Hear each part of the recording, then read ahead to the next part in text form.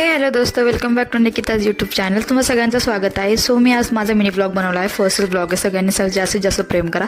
तर आम्हाला खूप जास्त भूक लागली होती. पप्पा आणि मीच घरी होतो, मम्मीसुद्धा घरी नव्हती. तर आम्ही विचार केला कांद्याची पात आणि मस्त पोळी करू. सो कांद्याच्या पातीसाठी मी मस्त मिरच्या वगैरे आणि लसूण वगैरेची फोडणी दिली. त्याच्यात कांद्याची पात टाकली, त्यात ती मस्तपैकी होऊ दिली. त्यानंतर मग मी कांद्याची पात झाल्यानंतर मी पीठ मळायला घेतलं. पीठ मळल्यानंतर मग मी मस्तपैकी गोल पोळी करायचा प्रयत्न करत होते. सो गोल पोळी करण्यासाठी मी पटापटा पीठ मळून पोळ्याला लाटायला सुरुवात केली. पोळी तर काय गोल झाली नाही, पण नॉर्मली झाली. तर तुम्ही बघू शकता.